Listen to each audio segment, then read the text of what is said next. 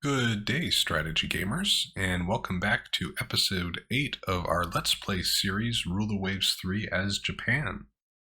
We are just coming up on the 1890s, so I thought now would be a good time to take a little bit of a look back on some statistics and data that we've captured so far from the campaign. The first thing I wanted to look at was our fleet composition when we began the game compared to how we've managed to make that composition a little healthier. So at the beginning, we were far over-indexed in terms of percentage of light cruisers. And you can see that in the graph below, which is representing for battleships, heavy cruisers, and light cruisers, the percent of tonnage of our total fleet that each of those classes of ships represent. So we were nearing 60% of our total fleet being light cruiser tonnage, compared to an average of 40% for the rest of the powers in the game. And battleships, my goodness, we were right around 5%, whereas most of our peers were nearing 30% in terms of percent of their battleship fleet. That really was a problem we wanted to address. So we tried to prioritize that over the past 10 years to make up for this imbalance. And when we look now, today, at the beginning of episode 8, where we left off in the last episode, we actually see that we're in a much healthier spot. So the total percentages have looked a little different because there's now the introduction of destroyers, which has added tonnage to each nation's fleets. But our light cruisers and our heavy cruisers are really within a couple percentage points of all of our competitors. Battleships were still some way off the mark, about 10% short of our competitors, but we're really closing that gap. And this is going to pose an interesting question for us in the coming years, because we need to consider if at some point we back off from this pursuit to have battleships equal to our peers, or if we want to focus instead on torpedo warfare and light class tactics such as, destroyers and night raids, these types of things that Japan has some inherent benefits to in the game and might be a little bit more friendly to our reduced budget compared to many of the other nations we're playing against. So it's going to be interesting to see the next 10 years where this snapshot looks like then. But I think we've made great progress from where the game began to try to balance our fleet composition compared to that of our peers. To look at battleships specifically, one area that I'm particularly satisfied with is that our battleships have an average tonnage greater than any other nation right now. So taking the total tonnage of all fleet's battleships and dividing by the number of battleships gets us our average tonnage. And you see that we are just right around 13,000 tons on average per battleship. And Italy is the closest with, it looks like just a hair under 13,000 is their average. You've got Great Britain and France that are right around 12,000. And then everybody else is trailing behind, really 10,000 tons and below on average for each battleship. So while we may not have as many and they may not represent the same percentage of our fleet composition as other nations, we can at least confidently say that if we get into a battleship slugfest against our enemies, our battleships are probably going to fare a little better. It's not a perfect translation of tonnage equals better. However, the more tonnage you have generally, the more armor you may have, the more armament you may have in your guns, and possibly the more speed that you'll have as well. So I think that's something to consider, that the quality is probably just a little bit better than most of our comparable nations.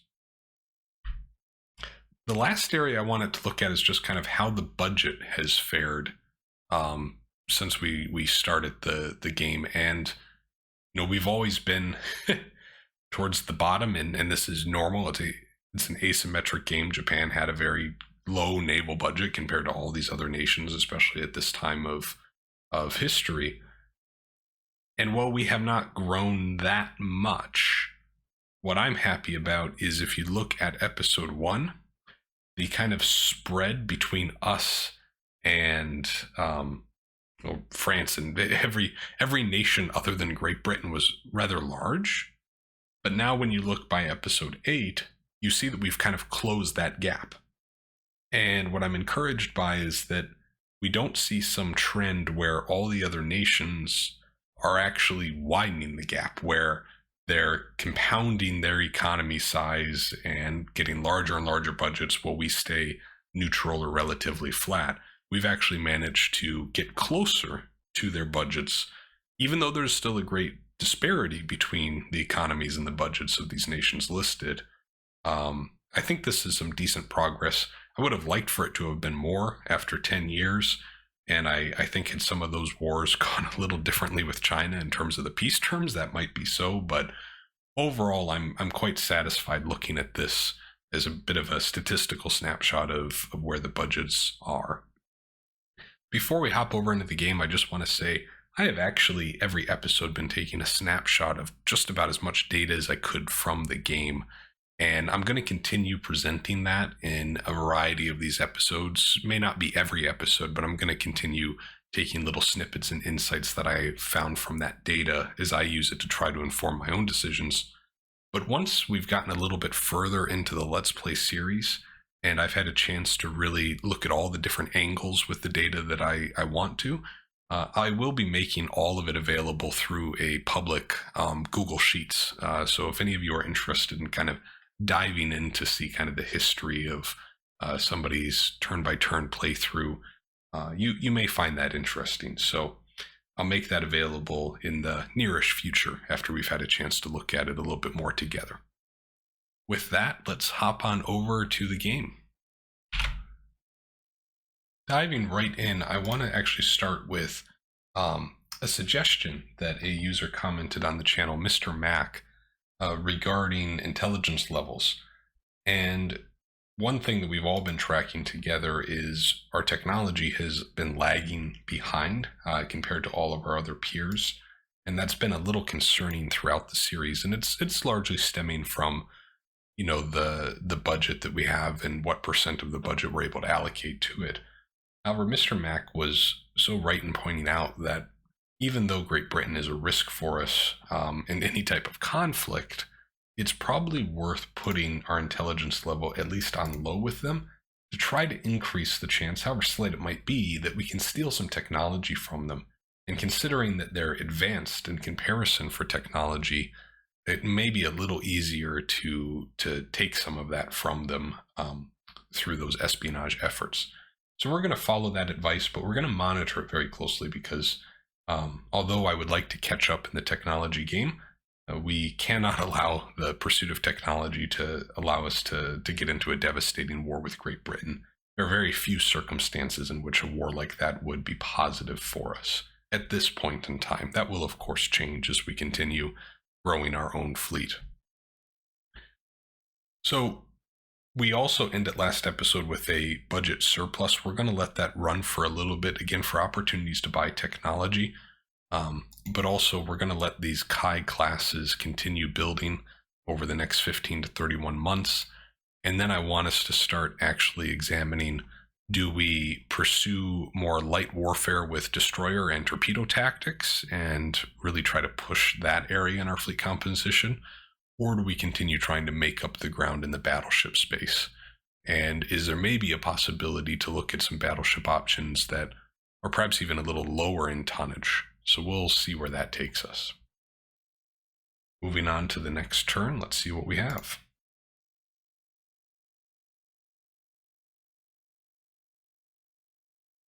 So we have managed to take blueprints for a Spanish heavy cruiser. 20 knots. Decent, 3.5 belt, 7-inch guns. So looking at it here, we can compare that to ours, where we are actually pretty standard now with 4 9-inch guns. They have 2 7-inch guns. So we by far outclass these heavy cruisers. And it makes sense because we also have about 1,500 more in displacement. So it's certainly a heavy cruiser we'd be fine going up against. The design is a couple years old, but some folks making technology improvements and struggling with technology. We've had some promotions as well. Another turn here. oil in the Marshall Islands. Oh, I can't remember if at this point Marshall Islands are still or if they are a possession of the United States or Germany. Let's see here. Yeah, so it's still Germany. So Germany, I mean that they're a power that it'd be tough, but certainly I'd say it's within the realm of possibility that we could take them on.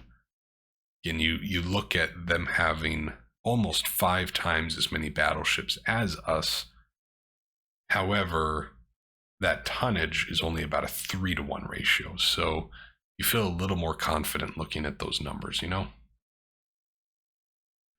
Also had some great comments from multiple people about the ability to really increase our spending power by putting some of our ships in reserve or mothball status. And I just want to comment on that real quick too.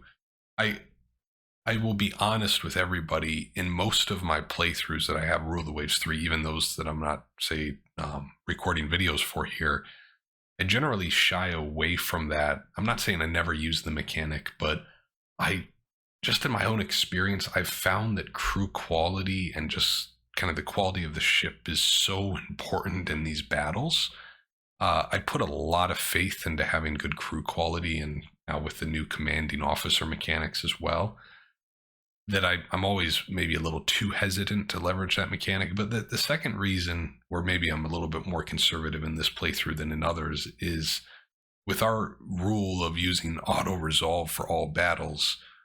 I my goodness, I need every advantage I can get, and crew quality is certainly one of those, because I need them to be able to make the right decision out there, even if it may mean that our fleet has one less battleship or one less heavy cruiser. Making the right turn or making the right torpedo screen is probably more advantageous than having one more ship out there in the engagement. But we'll try to see where there's opportunities to leverage that as we keep going. Right now, I'm not feeling too much of a tension to get a little bit more out of the budget. All right, so one of the battleships is finished working up. There's a heavy cruiser from China. So this is a newer design, and again, 4.7 inches, so 2 more than the Spanish ship, but still well below the caliber of what we're putting on our heavy cruisers. The armor is a little bit more. Displacement's actually quite high at 11,000 tons. That's larger than many of their battleships that they have in their fleet. So it must be the belt and the deck that they have there. It's contributing a lot to that. Oh, the speed. I didn't catch that at first. Yeah. Okay, so 23 knots. So that is one thing that's a little concerning when we compare that to our heavy cruisers, which are all at 20 knots. You know, if a couple of these have a numerical advantage against us, they can control range a little more easily with that speed differential. Making progress on improved cementing. That's very exciting news. Belt armor of 8.5 inches on the Chinese battleship class.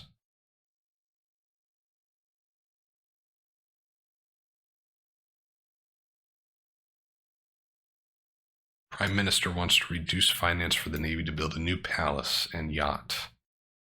I always hate these. We really don't need the prestige. So we have 2 that keep our budget probably close to where it's at. One raises tension, the other we lose our prestige. We'll enlist the help of the Navy League, because why not? Let's have another 3-month war with China and get nothing from it. And tensions went up with Great Britain and Germany. Fantastic. How many more months until the next Kai? 11 months, so probably about 5 months from now, and we'll look at designing something new to then spend that budget on. Ooh, Great Britain. Don't know if we want the tension with Great Britain, though. I'm not sure if this is going to be against all nations or just Great Britain. I'm going to hope that it's against all nations, so let's try to raise tension. All right, unexpected advances in fire control. Like to see that. Oh, And we've got range tables now. Heavy secondary batteries still a ways off. And our tension only increased with Great Britain. So we got to start watching that tension now with Great Britain. That's getting a little dangerous.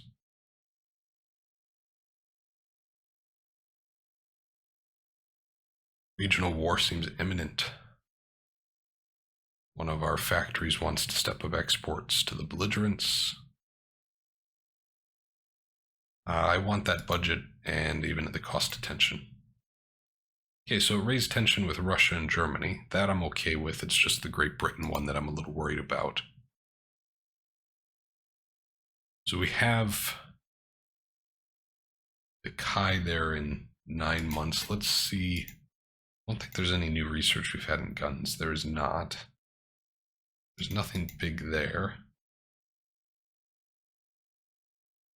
8-inch guns was really the last research of a -1. So we could potentially look at maybe a heavy cruiser doctrine with higher quality 8 caliber guns, because it won't be too long and a couple of these will start to be obsolete. We'll want to replace the Osamas.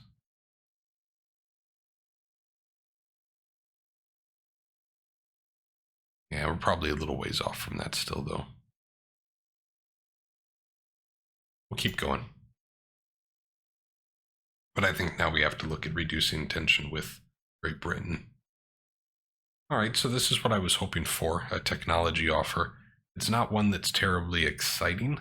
I mean, damage control is good, don't get me wrong, but you always get more excited for, guns or chip design or something like that. We will buy it because we are behind. So that's a positive. We did get improved cementing for our armor development, so that's all good. See, we're still behind though in technology. I'd hope maybe that had made more progress, but we're still behind.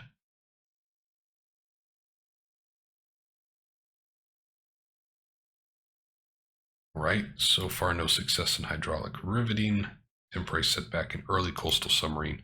Submarines would be really advantageous for us when we consider wars with some of these larger powers, because just even one capital class ship getting sunk when they're trying to be in your home waters is really, really helpful.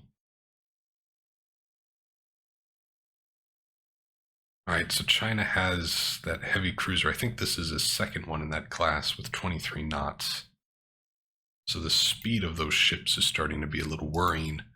And maybe that would be an area where we could actually look at our light cruisers here that are now all obsolete and maybe try to get some that are a little faster, right?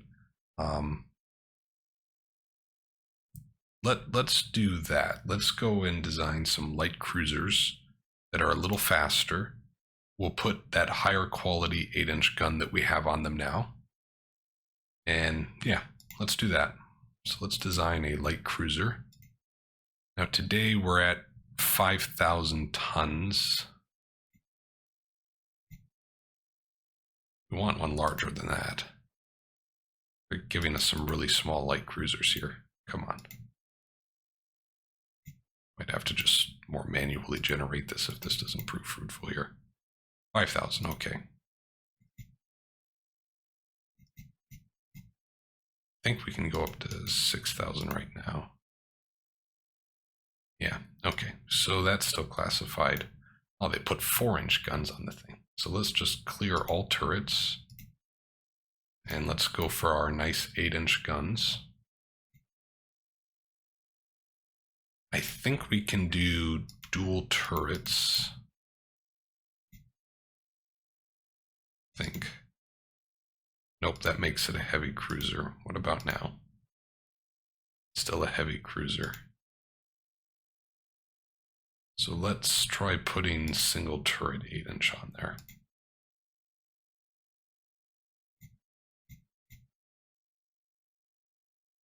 Yeah, so that keeps it as a light cruiser.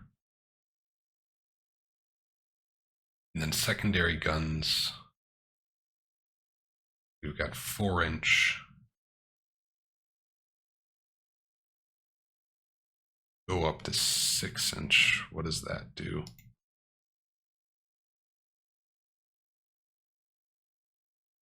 I'm sorry, we did 6 guns instead of bringing the caliber up. So let's, 5-inch is probably too large. Let's try that. Let's just keep it at 4. Okay, do another fire control position. Engine priority, let's try to do normal if we can. I'm happy with that speed. Let's see for armor though. Yeah, we only got 2 inches right now. Love to get a little more than that. Possible to get up to 3 in belt. We're very close. So 3 in belt gives us some coverage up to 7,000 against other 8-inch guns. And to be fair, we're seeing, so our enemies are doing heavy cruisers with 7 and 8-inch guns. So a light cruiser against a heavy cruiser. We don't necessarily need the light cruiser to have enough armor against the heavy cruiser. And against a 7-inch gun, I would bet this is probably good out to about 5,000 yards with 3 inches of belt. We're still at a point there where the deck armor isn't going to be too useful. I wonder if we actually go down on the deck a little bit and go up to 3.5 on the belt. So that passes the smell test, gets us a little bit more coverage. Can we get another knot out of this? Ooh, no, we cannot. What else might we want to do? I don't think we have any torpedo defense to us. Yeah, we have not researched it. Yep. Topside is pretty light, which is a good sign for maybe a future refit if we ever did that. I don't know that this class would last until we get to heavier than air technology of much importance, but it is an availability for us. For torpedoes, these are below the waterline. I wonder if we can maybe do a centerline swivel mount. Actually, let's do a port and starboard swivel mounts. No, we don't have those researched for light cruisers, so we have to delete those. That's fine. And give it Minesweeper gear. No, that's, never mind. No, we can't. I just saw the checkbox knock right out and got excited. All right, that might be about it. So let's do this. Let's decrease its displacement. So by decreasing its displacement, it reduces the cost monthly by 37 in funds. So that's something.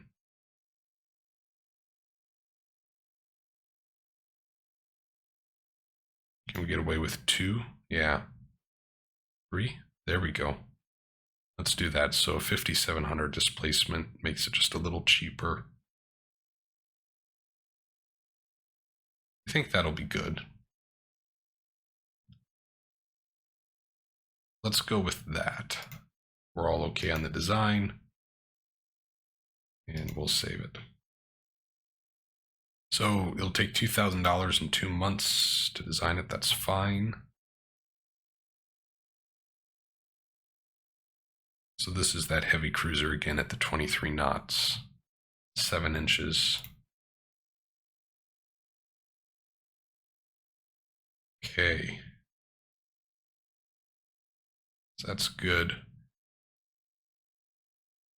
1 more month and then we'll have the light cruiser design ready. So Germany got one of the Chinese possessions. That's frustrating. Double bottom eludes us. A lot of updates this time. China's building larger docks, putting effort into gunnery training. Let's go ahead and build our new light cruiser.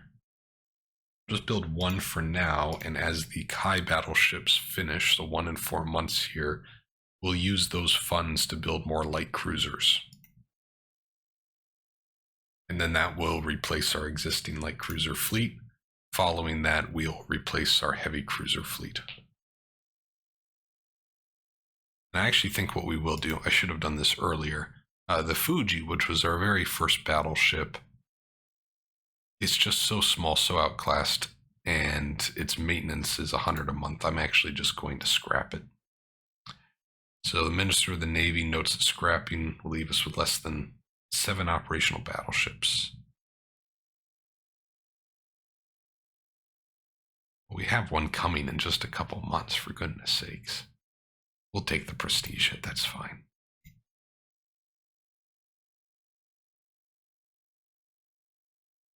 Sometimes they should just calm down a little, you know? Longer gun barrels. So this unlocks the possibility to unlock -1 quality 11 and 12-inch guns. So that's a positive. So tensions with Great Britain reduced due to random changes. Same with France. Russia increases as we resent them for controlling Sakhalin. Okay, so that's good. I like that. War with Russia would be okay. We'd be happy with that, I think.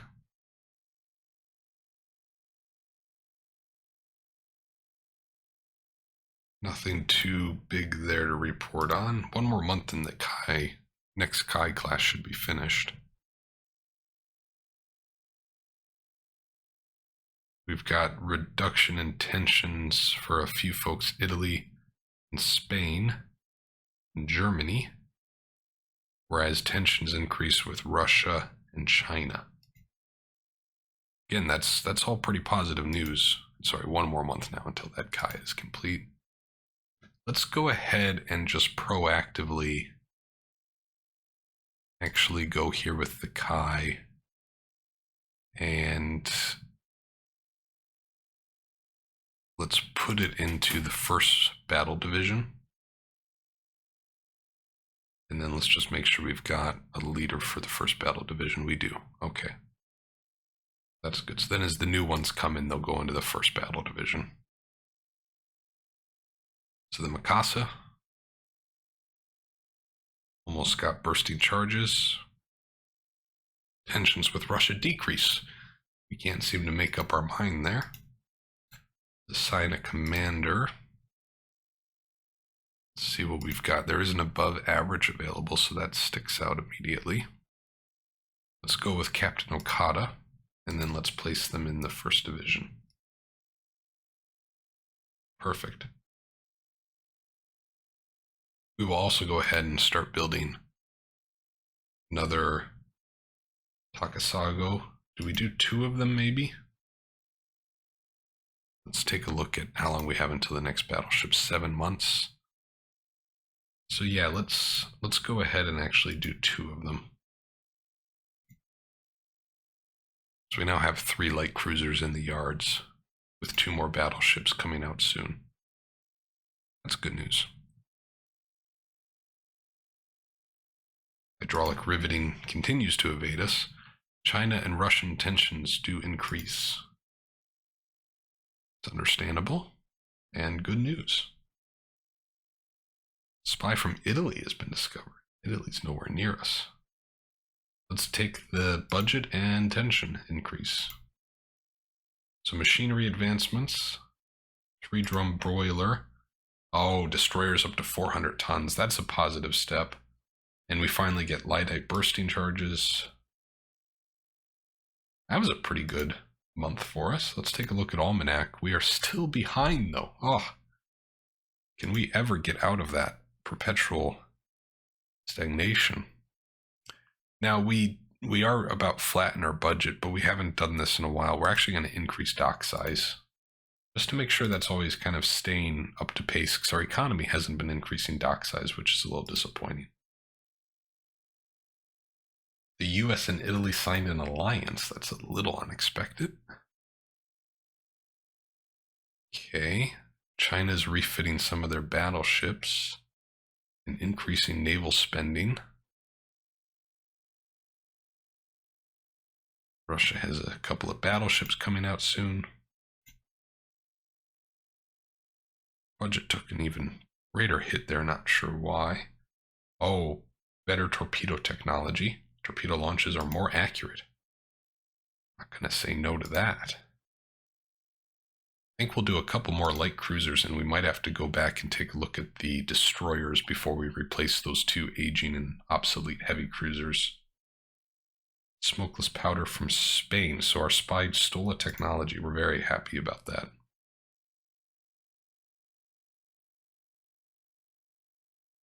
Germany secretly increased naval expenditures. Those sly dogs. Here we go.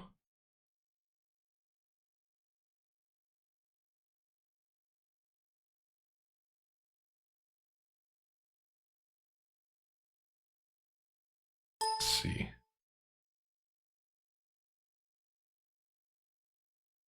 And I think we will call it here.